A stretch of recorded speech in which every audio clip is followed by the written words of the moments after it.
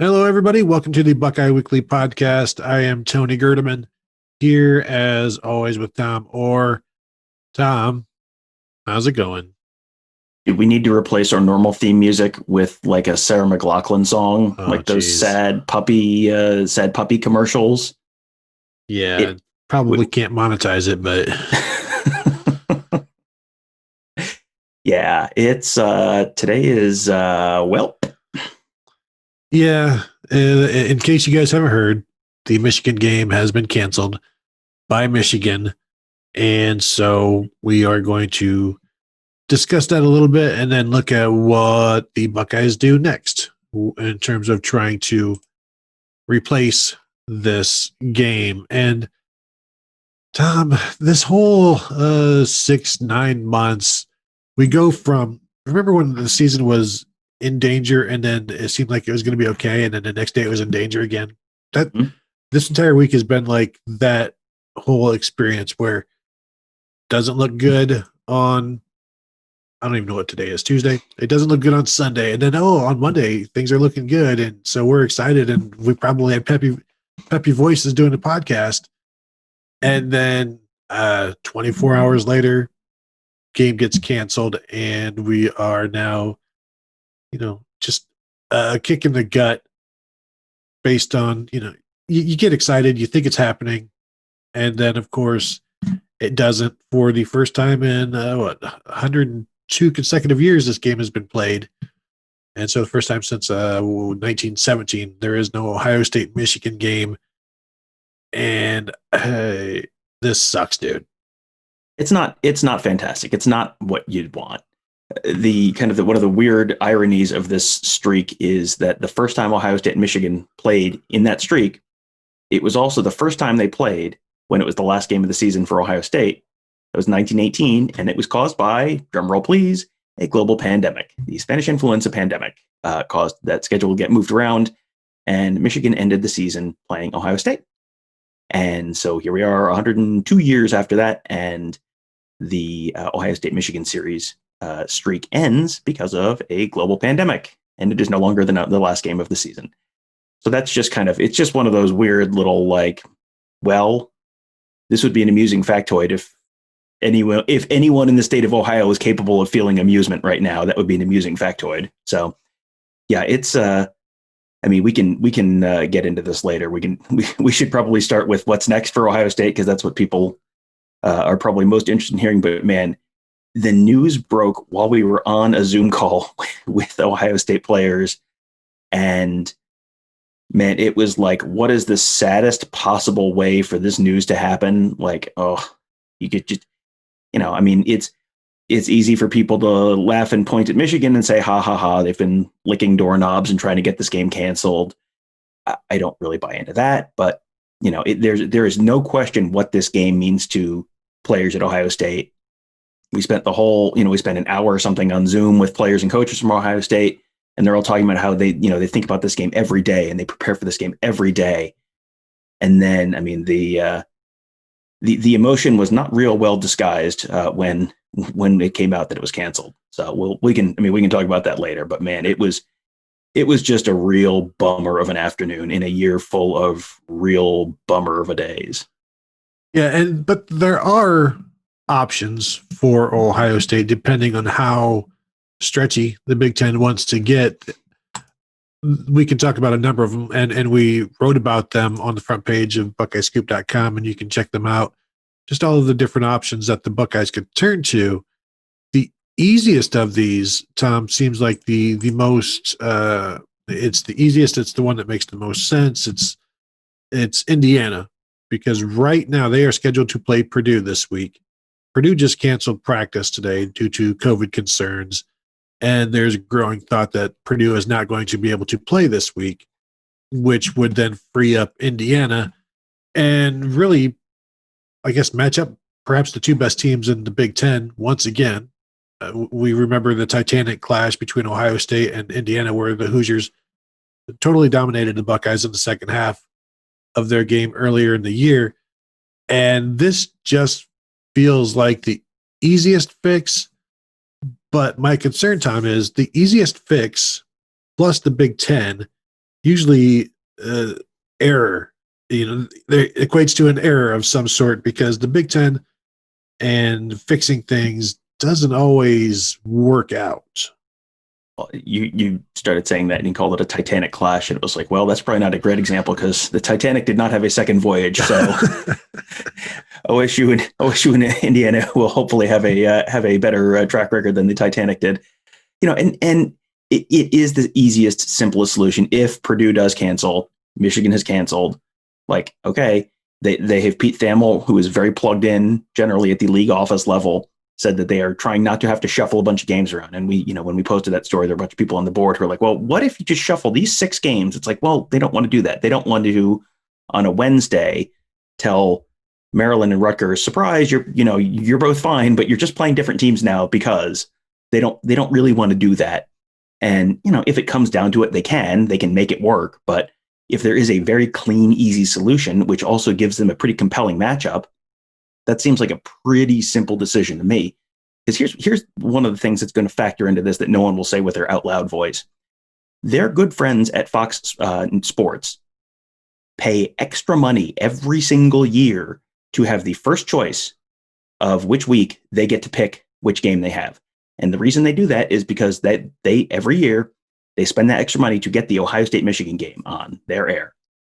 Now that is not happening. This has not been a great year for the TV networks. This has not been a great year for pretty much anyone, but this has not been a great year for TV networks. And it would be in the Big Ten's best interest to give Fox a very compelling game to replace the Ohio State-Michigan game this week, if they can in any way. So the most compelling game they could probably give them is Ohio State-Indiana, because then you've got, we'll find out where the Hoosiers are in the college football playoff rankings when it comes out later tonight, but they're going to be top 10-ish. So then it's a top 10-ish game, and it's a Big Ten championship game, play-in game basically, and it becomes it eliminates one of the big concerns, which is the Big Ten not wanting to appear that they're showing Ohio State favoritism by waiving the rule, and just and you mentioned some of the discussion around the discourse around the first Ohio State-Indiana game. If you can find Dan Dockich on Twitter, see how many points he's going to give you for Indiana this week if they have to play Ohio State again. Because, even if it's a pick'em, I don't think he's actually going to put any money on that, because I think he knows what's going to happen. And I don't know exactly how much money he makes from ESPN, but I don't think he wants to be paying out bets to a lot of Ohio State fans this weekend. So I'm going to guess that money and mouth shall not meet this weekend for Dan Dockich. Yeah, he was very emphatic this past week that the Hoosiers were clearly the better team in that game. And I don't know if he didn't see the 35-7, or maybe he missed that part. Maybe he was watching basketball. But see if he'll take you guys up on any of your bets. That's for me the Fox thing, because knowing how much Fox was involved in even getting this season going and how they've been constantly involved, that would be the best outcome. It's the easiest one to get Indiana there. The next one on this list that we put together, if you take this to Fox, and they're going to be like, they'll look at it, like say you write it down on a piece of paper, and you're sitting across the desk from Fox, and you slide it over to them, and they look at it, they will put it back down on the table and slide it back and say, bring me something different. And that something different would probably have to be Indiana. But Maryland, Tom, they are scheduled to play Rutgers. Again, a rivalry game. Rutgers has not missed a single game this year. So do you punish them by taking a game away from them? Do you say, you guys have had enough? You've been beating on Big Ten teams all season long. It's time you stop, and then just tell them that, you know what, you guys can play somebody next week. We'll figure it out. We still don't even know what's going to happen with championship week in terms of where the games are played. There's rumors that there might be 2 games on a Friday night in Indy, and then the Big Ten championship game on a Saturday. But I kind of feel like you can't take games away from teams that have done everything that have done everything right to play. And that's what they would have to do in order to play Maryland, assuming nothing happens with Rutgers this week. Yeah. And I mean, this again goes back to, you don't want to mess with 4 teams, if you can just have 2 teams that have already had their weeks messed with, just shift a little bit. Because, Indiana can get on a bus and come to Ohio State pretty easily. Ohio State can get on a bus and go to Bloomington pretty easily. That is one of the easiest road trips in the Big Ten. And obviously they're probably going to fly, but that's fine, whatever. Like that's an easy adjustment rather than, taking 6 different teams and making them play someone else when, it's easy. And I kind of put a joke in there about the fact that, is the Big Ten really going to sweat if Rutgers is complaining? Probably not, but you don't have to, you're not forced into making half your league swap games at the last possible minute.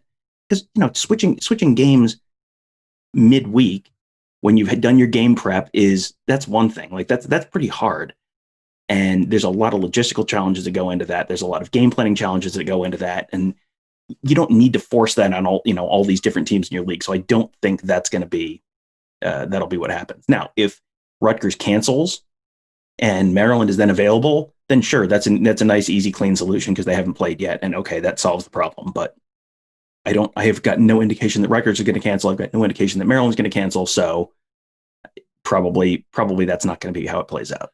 If this was the 70s, I bet what they would do is just tell all of the Big Ten teams, throw your keys in a bowl, pull out 2 keys and go from there and see who gets to play whom. But this being a more safe era. Thank you, Tom. Where safety is first, they're not going to do that. That brings us to I like how, because you wrote this one up. It's the Minnesota game. Minnesota, they are scheduled to play Nebraska, and this would again require a removal of an opponent. And as you wrote it, that being Nebraska, the Big Ten might just do it out of spite again. And as we know, the Big Ten does not like Nebraska this year. Probably won't like them next year either, and may not like them as long as they are part of this conference. But for me, again, Minnesota is doing better. We were thinking they would be a team that would have to cancel, and Nebraska, a few weeks back or a week back, we were thinking Nebraska would be an option here because Minnesota has had so many issues. But if Minnesota is a go, again, I don't think you can pull a team away from a game. I don't think you mess with this week. I think you can do all sorts of messing next week, but the Buckeyes will be busy next week, presumably. Presumably, yes. And again, this is a, you don't have to, it was very cool when BYU and Coastal Carolina played on 3 days notice last weekend. Like that was an incredible game and it was an awesome opportunity. If you have an option to not do that, you're not going to do that just on a whim. Like that's just keep it. This is very much a keep it simple, stupid kind of season. The Big Ten actually had an opportunity to keep it simple earlier in the year when they, you want to have the August schedule conversation? Because I was thinking about that while you were talking at the outset, how the Michigan game was the middle of the season. And scheduled for October 24th, conveniently while the weather was still pretty not too terrible and COVID wasn't too bad. And even if it had been, there were a whole bunch of open weeks after that. Boy, that would have been a real good way to do it in retrospect. And I bet you the weather is supposed to be for Saturday like 49 and rainy. I bet it'll be like 55 and sunny now. And it'll just be like the perfect December 12th in Ohio. And, maybe we'll get the Hoosiers in town. Yeah. I mean, and really a 55 and sunny that's not Ohio State, Michigan weather. You need 40 degrees and you need an absolute slate gray sky with absolutely no hint of sunshine or blue up there anyway. Mm-hmm. That's if it is 55 and sunny, we will know that it simply was not meant to be this weekend. Purdue, again, they've canceled their Tuesday practice. So it looks like don't count on them to be the makeup game for the Buckeyes. So I don't know how much we really need to spend on them. And again, they are scheduled to play Indiana. The Illinois Fighting Illini is interesting to me because both teams, that this was a game that Ohio State and Illinois had canceled. The Buckeyes had to cancel that one a week or two ago. And so there is familiarity there. They have scouted each other. So if you were forced to play on 3 days notice, you've at least got some experience with, who's on the other side. But this again impacts a game, and not just a game, a rivalry game. They are scheduled to play Northwestern this week, and I feeling as I do about rivalry games, and feeling as the Big Ten does about rivalry games, I don't think you squash one rivalry game because another one got squashed. And so you try to keep everything as normalized as possible, even though, I mean, Illinois football, come on. Illinois Northwestern is probably not the single biggest rivalry in the Big Ten, and probably not one that Fox is paying extra money for. But yeah, I'm sure that they would not want to mess with that just for the sake of messing with that. And that's, if Purdue was willing to play or able to play, and or if they are able to play this weekend, then Indiana is probably off the table. You're going to play the Indiana Purdue game. You're going to play the Northwestern Illinois game. And one of the other things that we will get to was the Minnesota potentially being an option. And if Minnesota was going to play, they missed their game against Wisconsin earlier in the year. So if they're going to reschedule Minnesota to play anyone, they're going to reschedule them to play Wisconsin. And that's the thing. I mean, you've missed a few rivalry games already this year. If anything, they're going to try and make more of them happen, not less. Yeah, I agree. And so then the next team is Northwestern, and there's the thought of, well, this is the Big Ten championship game, so just play it a week earlier, and then next week you can do whatever you want. Championship week with Ohio State and Northwestern, perhaps even Ohio State and Michigan playing that week, and Northwestern and Illinois playing that week. But you still have to figure out what Illinois is doing this week, and that creates an issue there. But if you were to play Ohio State and Ohio State Northwestern this week and call it a Big Ten championship game, just play that game next week, and you don't need to give Ohio State a sixth opponent. Like, if you're going to call them Big Ten East champs, you don't need to find them an opponent, and then nothing needs to change, and everything is easy. Like, I think they want to make things as easy as possible. But Tom, as you said, Fox drafted this week number 1 overall, so they need a game, and they aren't going to be sitting on like, well, yeah, okay. If there's nobody to play, I'm sure Fox is okay with moving. Throw keys in a bowl, let's do it, because we know Fox is a bit racy like that. I said racy, but.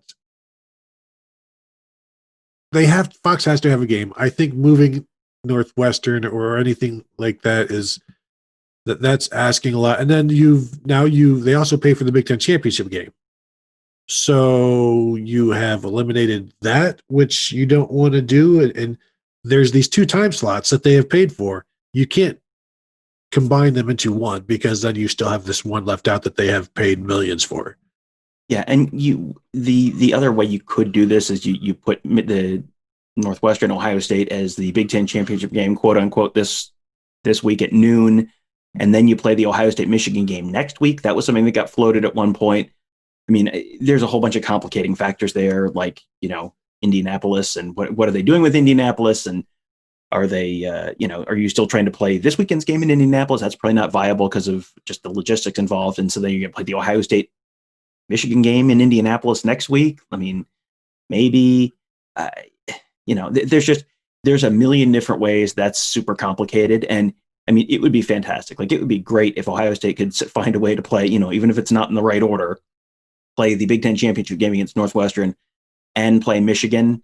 That would be fantastic if they could figure out a way to make that happen. But that just, I'm going to go back to the keep it simple, stupid thing. Like, just keep things as simple as possible.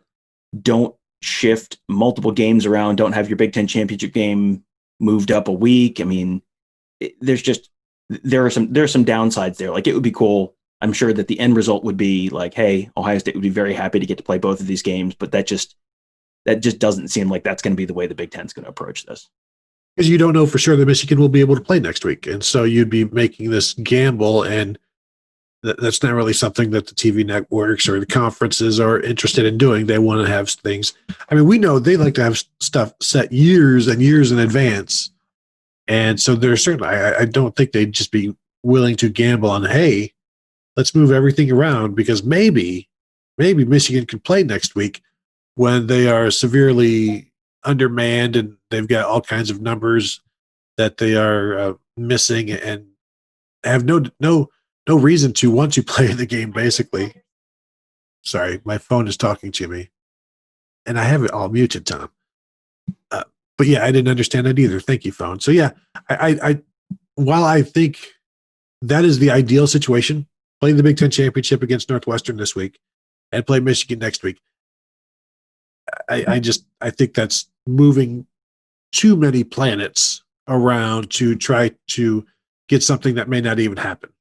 Well, and there's a bunch of other complicating factors in here that people don't even think about. Like, I mean, I don't know if people have a grasp on exactly how complicated a network TV broadcast is, but even this year when stuff has been pared way down and simplified and crews have been cut back, it's still a ton of stuff. And, there is not an unlimited amount of this equipment sitting around, and shifting it from Columbus to Indianapolis is not the end of the world, but you need to have a little bit of lead time on that. And by the time you get a decision made, like if this is, if they were going to do that, that dramatically complicates things from the player side, the coach's side, the program side. If you're shifting where you're going, I mean, there's all sorts of logistics for the team about hotel rooms and meals and all of that kind of stuff. I mean, we had to report on our Ask the Insiders board on Tuesday that Michigan had been going through all of the logistics to play a game. I mean, they were doing everything that suggested they were still trying to play a game as of Tuesday morning,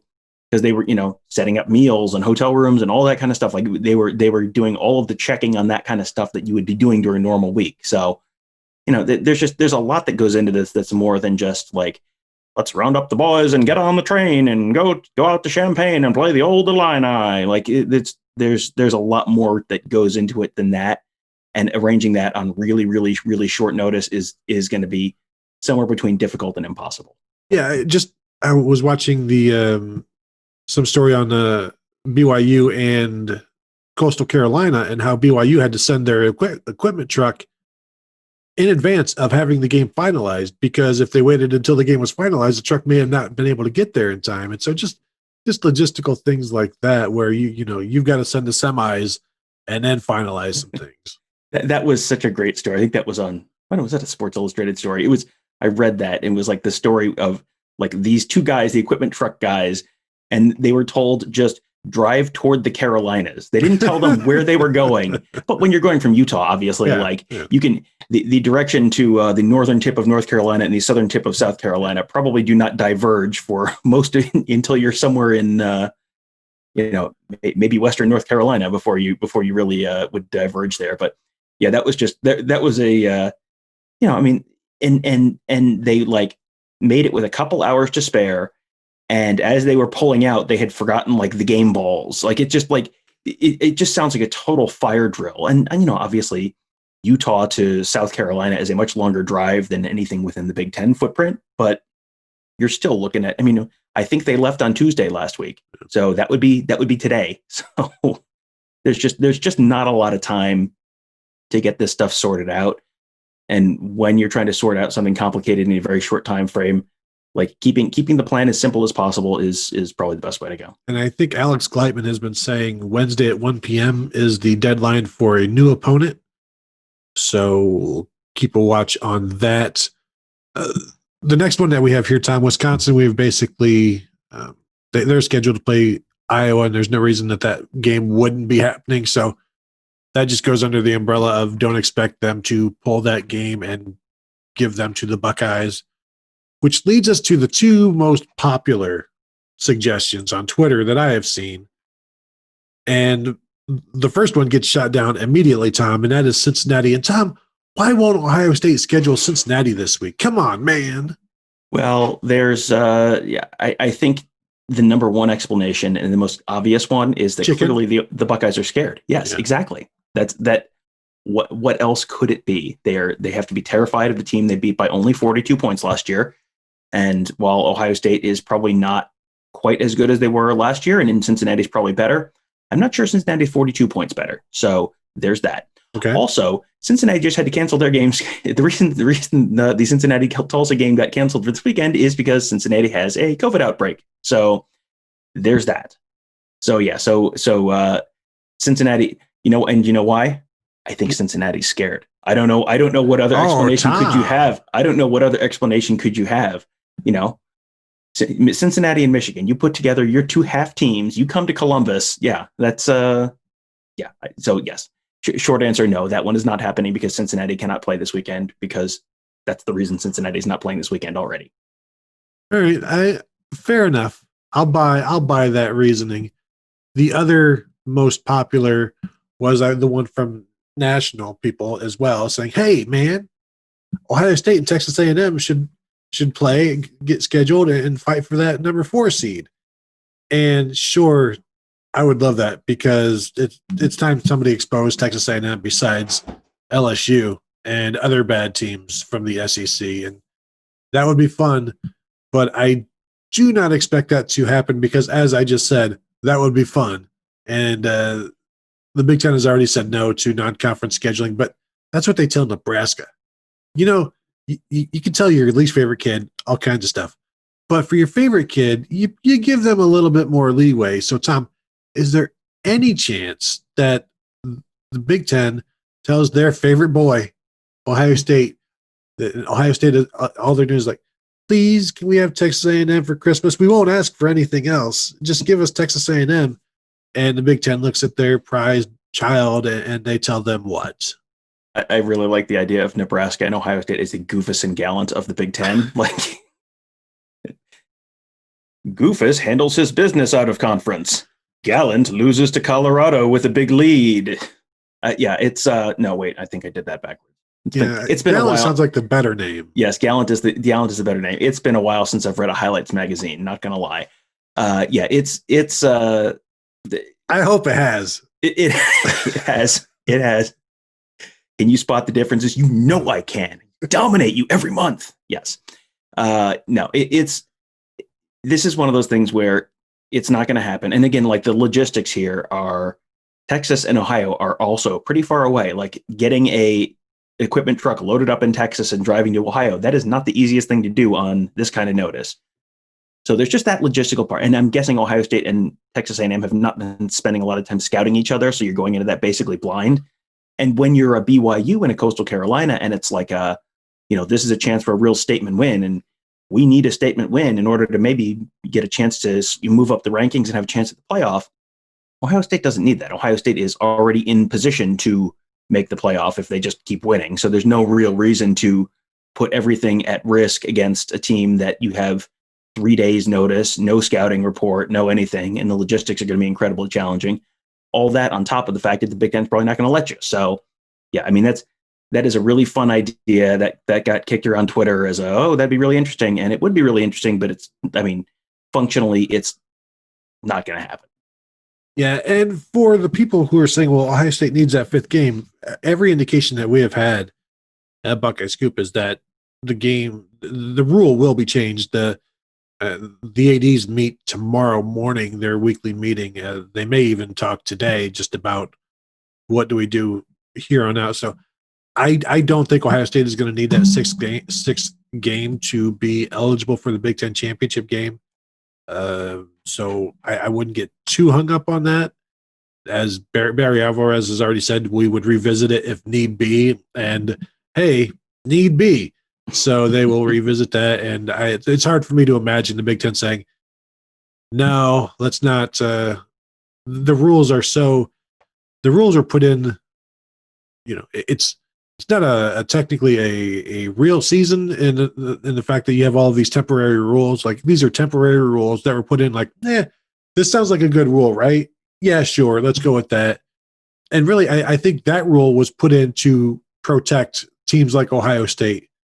And now it is holding them back. It's to protect like a 2-0 team doesn't go to the Big Ten championship game over a 6-1 Ohio State or something like that, where that's my interpretation. You allow the team that is best team that has done the most, and now it comes down to Ohio State maybe not having enough games, but I think that will be changed. And we'll see Ohio State next week. I hope, Tom, we get to see them this week. Whoever it is, you mentioned at the start how hard it was because we were talking to the players We talked to Ryan Day, Kerry Combs, Justin Fields, Wyatt Davis, maybe somebody else before the news broke, and just how, hey man, are you thinking about what happens if the game isn't going to be played? And everybody was like, no, we're not even thinking about that. We can't afford to think about that. This is Michigan. If you're not focused on Michigan, bad things happen. And then Justin Hilliard is up when the news broke, and then I get called on to ask him a question. Yes. Who was the jerk who got called on as soon as the news broke? Who got to break right. Justin Hilliard's heart live on camera? And so, but I did say, I said, Justin, I'm sorry. I have to, I'm sorry to bring this up. I apologize in advance. The game has been canceled. Can I get your thoughts on that? And he's like, what game? And I was like, the Michigan game. He's like, no, coaches say we're playing, and then you just see this, it's turning, and it just, he's not wanting to hear, obviously, what, he's not wanting to be told this is bad news. And he's basically in denial. And, well, the coaches haven't said anything. So until the coaches say anything. And then at that point, the session gets shut down because that was actual news. And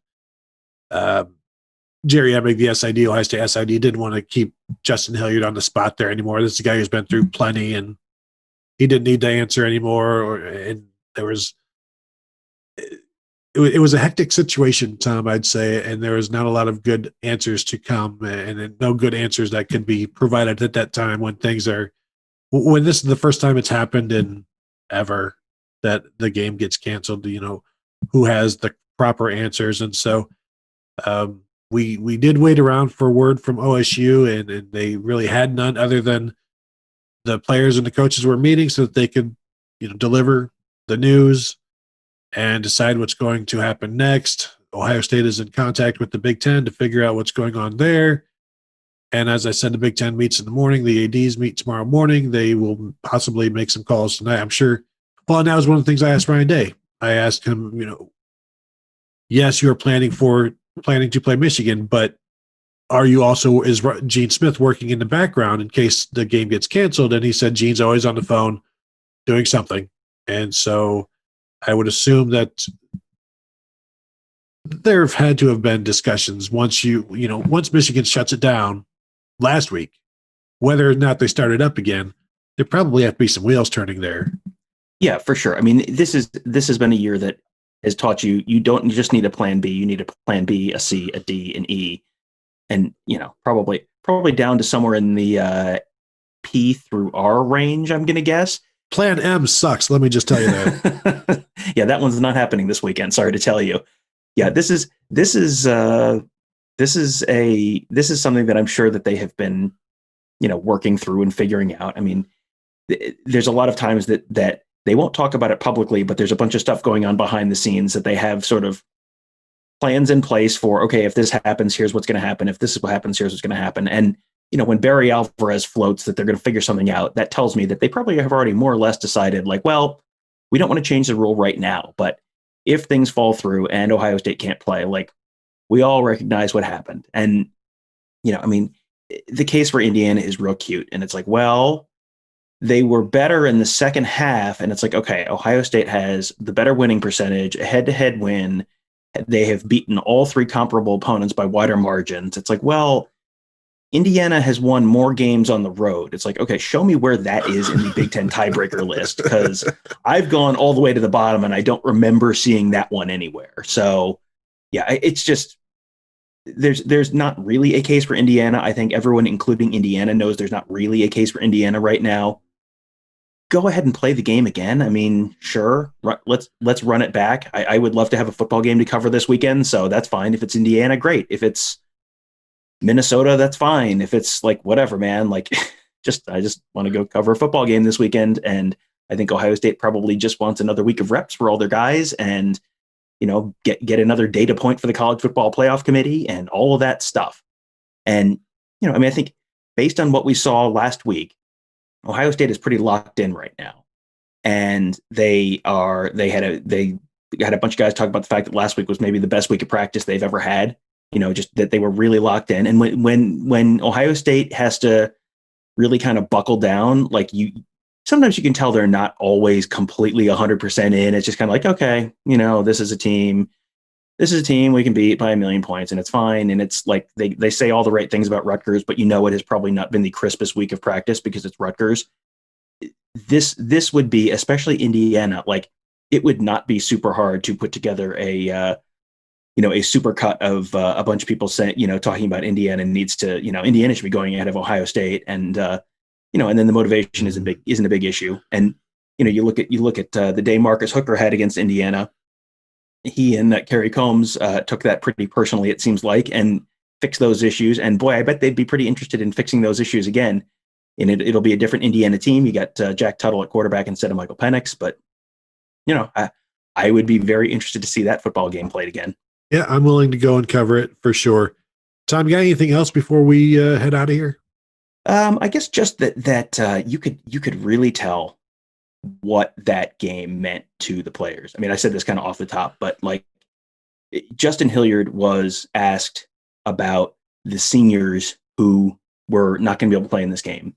The guys who, had tested positive were still going to be covered by that Big Ten policy, who were going to have to miss their senior day, miss their last Michigan game. And it was like his voice just kind of cracked just a little bit. It wasn't, he didn't burst into tears or anything, but it was just, you could tell that was an emotional thing for him. And it happened again when some jerk right at the end asked him about the game being canceled. And, even Jerry Emick was just you could just hear a little something in his voice at the end. Like, this is a tough day in that program. This is a really tough day because that is, they talk all the time about this as a game they prepare for every day. The middle of May, while you're out, mowing the lawn or whatever, they are thinking about Michigan. They're preparing for Michigan. That's something that has been true for multiple coaching administrations. It goes back years and years and years. They prepare for this game every day. They have multiple countdown clocks in the facility. Pete Werner says you always know how, when that game is because there are clocks there telling you every day. You're walking past that display that says the game's happening in this day. And it's just, this is like the football player equivalent of getting to like December 21st. And it's like, oh, Christmas is canceled. Like if you were a kid and just, you're counting down your head and you're circling, I'm going to date myself here. You're circling the little football uniform sets in the Sears catalog in like September. You're like, oh man, this is the year I'm going to get the little cool football set. And then it's just like, oh, nope, sorry. December 21st, Christmas is canceled. See you next year. Like that would have been really a bummer. And this is kind of the college football player version of that, I think. And not only do they cancel Christmas, they take the catalog and smack you in the head with it. So that's what. And that's the time Tony's mom got called for targeting. But I'm okay. I'm much better now. So that will do it. Thank you all for listening. We will have more. I would assume we're still going to have pretty much daily shows at this point because something is going to happen on Wednesday, and then our typical Thursday show, and then maybe not a Friday show because you can watch the Thursday or listen to the Thursday show twice. That's what I do. we typically do we typically do a Patreon show on Thursday as well. So you can, there you go. If you want a Friday show from us this week, you can subscribe at patreon.com/Buckeye Weekly. And there you go. Listen to it on Friday and not before. All right. I think we're good. I have nothing further, Tom. So we will go ahead and call it a day. Thank you all for listening, and we will talk to you guys later.